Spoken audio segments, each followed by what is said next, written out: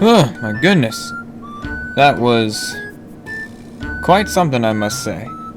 Man, Book 3 really did start a brand new era for the Mimic. I mean, we got a gun, we got new mutated yokai stuff, and then we got rage. Cool things, cool things. But, wonder what I should do now. Hey! Oh, you have got to be kidding me. So you're saying that you came all this way just to come up to me and tell me that you just destroyed like 3 different titans? Well, of course. I had to go ahead and rant to my rival just how stronger I am, right? Dude, you are not my goddamn rival. We're just 2 powerful beings that just happen to be on the same level. I've told you this multiple times. Yeah. Keep telling that to yourself, buddy. So you two want to talk about power, eh? You two must be joking at this point. Surely I'm the more powerful being beyond you two. I mean, come on now. Yeah, whatever, liar. Anyways, what are you doing here? Well, I heard you two chitter-chattering over here, and I thought, why not come and see what you two were talking about? So what were you two talking about? Nothing much, really. Although I did just finish the Mimic Book 3. Man, that was quite the adventure, I'd say. Yeah. I already heard all about the whole Book 3 nonsense and whatever. So what did you think about it? Well, I gotta be honest, I think it was... No, don't tell me.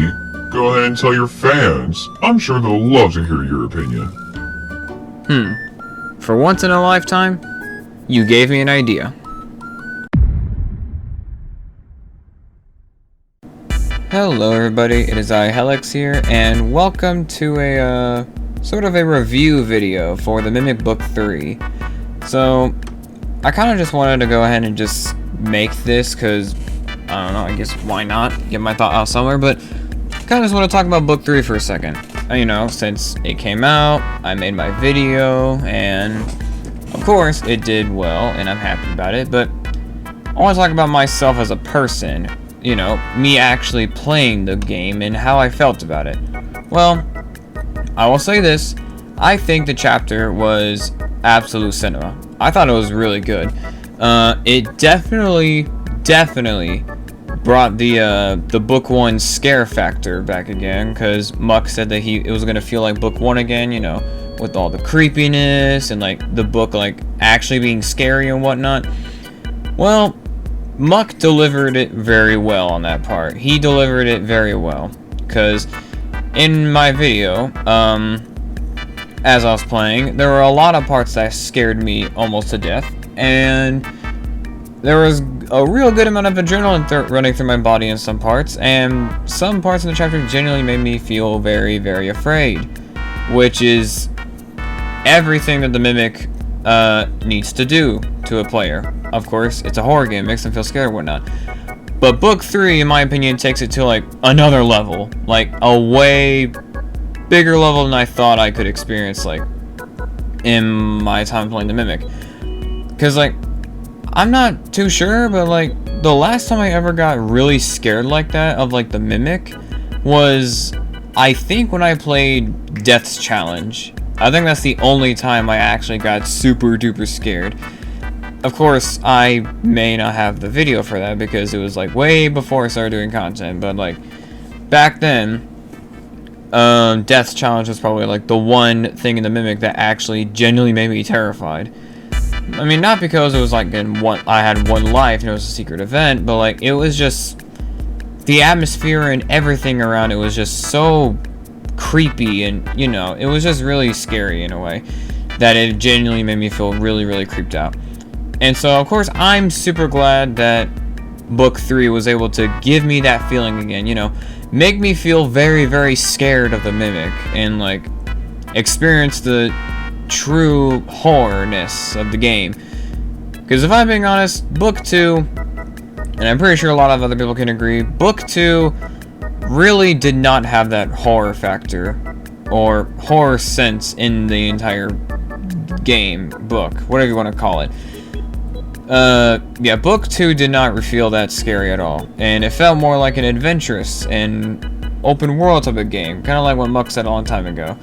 And of course, I know you gotta try something new, but like, I just wanted to actually feel scared again from the Mimic, and I am really glad that book 3 was able to deliver that for me. Now, to actually talk about some parts of book 3, I will say my favorite part so far, I think the part that I really liked the most was definitely the school, but the town part. Both of those parts I thought were very, very nice. Mostly because the town part was obviously, it fit an atmosphere of Silent Hill really well, because it felt like I was playing both Silent Hill and Resident Evil. I'll explain more on that later. But when you're walking around the town and even the school or whatnot, just the outside area in general, you could definitely feel the tension, and you could definitely feel the suspense in a kind of a way. At least I did. And it really felt like I was playing a Silent Hill game, which was really, really nice, because I love the Silent Hill series. And the school part, the school part just felt really creepy in general, and especially with Akari, that spider schoolgirl looking thing. She is probably the most creepy fucking monster in this entire chapter. As you can see in my footage right there, just look at her. She's just super creepy. But she probably has to be the most creepiest, but also my favorite monster in the book so far, like in the chapter, because, you know, she is like the only real yokai-based monster right now in book 3. But like her backstory, like how she became the way she was, is very interesting, and her design as well is just so unique. It's just really, really unique. I like it very much. What I didn't really like about the chapter that much, I guess there were a lot of parts where you had to rely on luck. And I know that's a very, of course, for some parts of the Mimic, like book 1, book 2, and even the game modes, there is some luck in the things, you know, like you never know when the monster's gonna appear and like what their AI level is. But I feel like in book 3, the luck to actually like get a good, like, to actually hope for the best, whatever, was kind of, I don't know if I'll say it was just out there or not, but like it was kind of bonkers, I'm not gonna lie. It was very confusing. Some parts literally took me like almost a few, like good 30, even maybe even an hour to find out. You probably didn't see that because I cut a lot of footage off, but like, yeah, some parts of the book just really felt really, really long. Not because of like, you know, the parts themselves are long, but like, it would take me a really, really long time to figure out what actually to do. And as you can see in the footage right now, I'm kind of just walking around. Like, this is a part where I was like trying to figure out, like, before I figured out you had to put a code in the computer. That's before I had to figure that out. But anyway, some parts of the game just really felt really confusing and all that. And I'm glad that with some of the nerfs they kind of optimized that a bit more. I'm really glad about that. The book is a lot easier now. It's a way lot easier. But yeah, the luck thing and all that was just it was just a lot. And I don't know how to really put it into other words per se, but like, I don't know. It just felt really weird, honestly. Now, would I play this again? What am I talking about? I play this every single day, honestly. Like, I've been practicing on this whole chapter for Death Nightmare and another event that's coming up soon for a few days now, and I am pretty confident about it. And this whole book in general is just, this whole chapter is just really fun to play.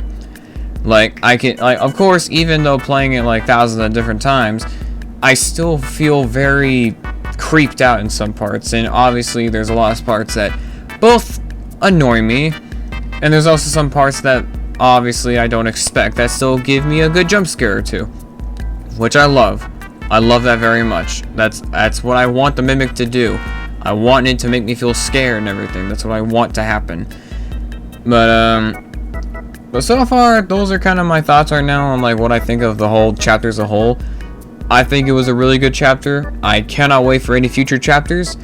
And yeah, but we're gonna go ahead and cut to a part where I actually interviewed a friend of mine, and because they played book 3 for the first time, and I asked them some questions and I got some pretty good answers. So let's go ahead and get right to that.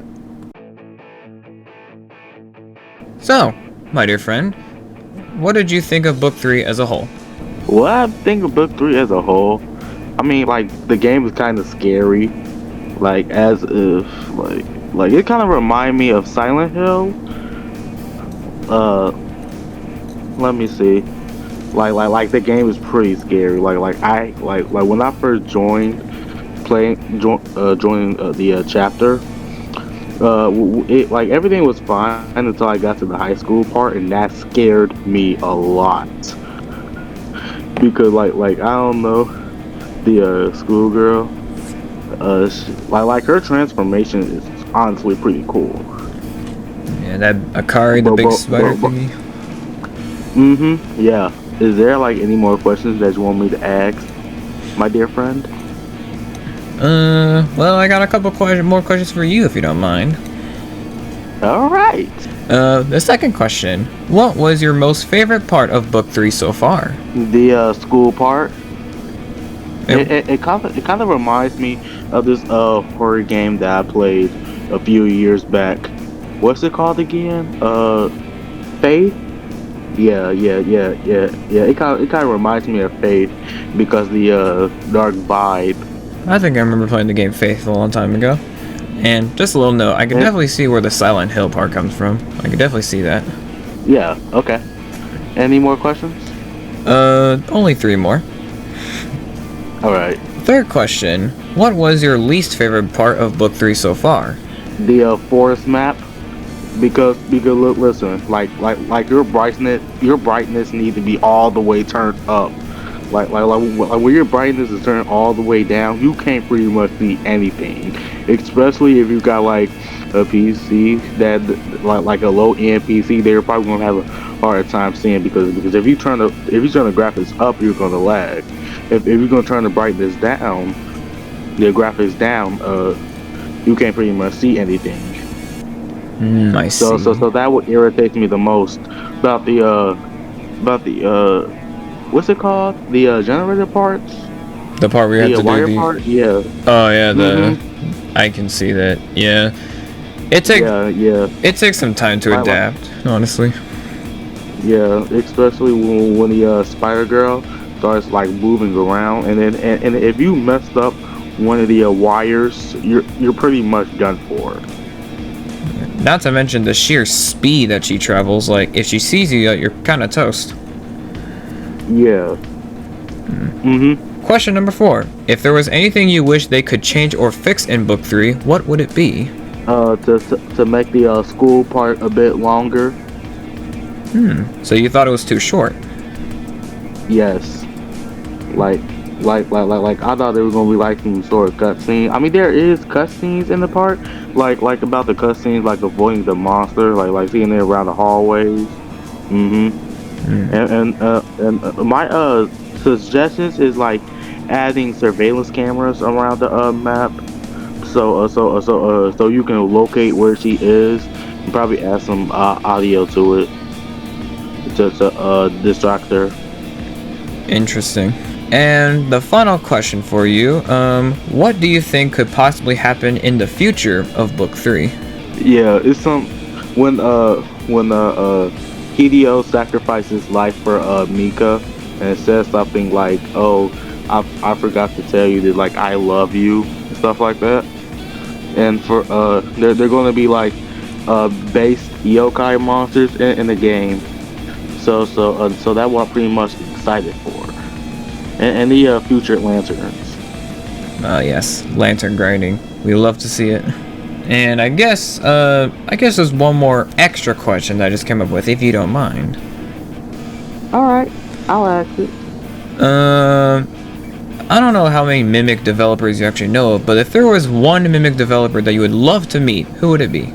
Emerald the Gamer. I can't tell if he's a developer or not, but I would love to see him in person. And why would that be? Because like when I first saw him in the credits, I thought he was probably like a cool dude to talk to. Like I can't really think of much about him. I see. Interesting. Well, my good sir, thank you for this great interview. It was lovely talking to you. Your pleasure. So what kind of theories and other news exactly do I have to share? Well, we'll get with the theories first. The first real theory I have is obviously what the future events of Book 3 could eventually have, such as Chapter 2 for instance. I have a pretty big hunch that obviously we saw that the Kitsune Cat at the end jumped towards us to help save us from the Bye Guy thing, and we pretty much just saw Shion basically get some kind of superpower, and she has like this sort of white flame touch thing to where if she touches the Bye Guy or the yokai thing, obviously he gets hurt because it's the white flame. I can guarantee that maybe in chapter 2 we're probably going to learn a lot more about that Kitsune Cat, and maybe so we might even start using that ability a lot more. Maybe that might actually become an ability that we can use against the yokai in chapter 2, to where some monsters, to avoid them, you have to use that white flame touch in order to back off of them or something like that.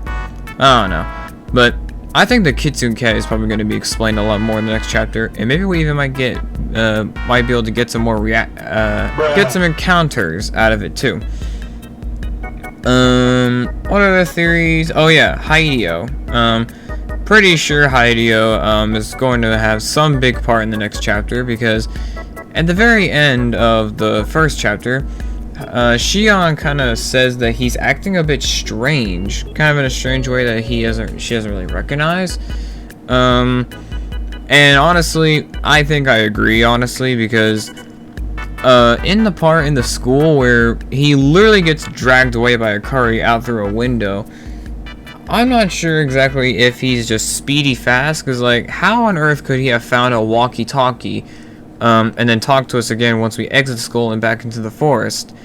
Yeah, I really don't see how that's logically possible. So me and a couple other people have this theory in mind. It's a pretty popular one, that Hideo at the very end is not the real Hideo that we know of. In fact, a lot of people think that it's actually Rage mimicking and probably even possessing and controlling Hideo to talk to Shion in the hospital, because you can kind of see how kind of like, I don't know, persistent and like very curious he was, and he was like, oh, how did you survive? How did you kill those things by yourself? He was very persistent. So I'm pretty sure that it was Netamo, aka the Beast of Rage, controlling and talking through Hideo to get information out of Shion, who's obviously going to be a problem later on. So I'm sure we're probably going to get more possessive encounters of not possessive, but possession encounters through Hideo in the next chapter. I'm pretty sure we will. And we might see more people of the IJO organization. We might see more of them. I'm not too sure. I do know that we're going to see a lot more legend and myth based yokai though. Like a lot of actual yokai based monsters instead of the whole mutations thing. Since Muck said that this was only the first chapter, you're getting introduced to the main story and all that, so you can't expect everything to be all perfect the way you want it to, whatever. But he did say that in the next chapter, there's going to be a lot more yokai-based monsters, so monsters like Akari. There's going to be a lot more of them later on, and not much of the whole Gata thing. As well as gun usage. There will be no gun usage in the next chapter, is what he said. Now, moving on to some news, Nightmare Mode seems to be in the works, and we already got our first ever sneak peek of what Nightmare Mode's going to be, and it is the leak of the model for Akari.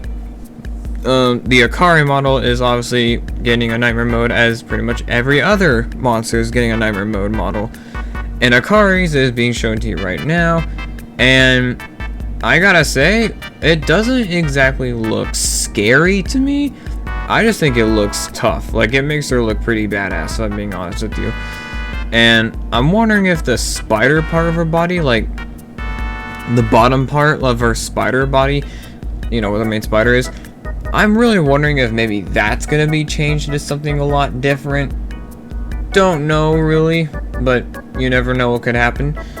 If it does change, however, I'm kind of picturing it to be a lot more skinny and maybe even needle-like. That's what I'm very picturing her Nightmare Mode spider body to be. That's what I'm thinking of. And of course, I'm pretty sure that's all the news, really. It's really everything, if I'm being honest. Another theory down the road, might as well get out of me, why not? I'm pretty sure at some point in Chapter 2, kind of like in Book 2, Chapter 2, Shiana's gonna have some kind of contact and face-to-face encounter with Rage at some point. Kind of like how Isamu got face-to-face with Inzukai when Inzukai ripped his heart out. So I'm pretty sure Shion is gonna have some kind of interaction like that with Nitamo, I bet. I'm kind of just guessing that. But anyways, that's going to be it from me. Thank you all so much for watching this review of Book 3. And I will see you all when the Nightmare Mode drops. As you know, I will be making a video out of that. So, I'm going to go ahead and get out of here now. Hope you enjoyed the video. Make sure to comment, like, subscribe. Helps out a lot. And if you want to join the Discord, aka the Fortress, links in the description. It's a pretty cool place over there. And I will see you guys next time. Peace out, y'all.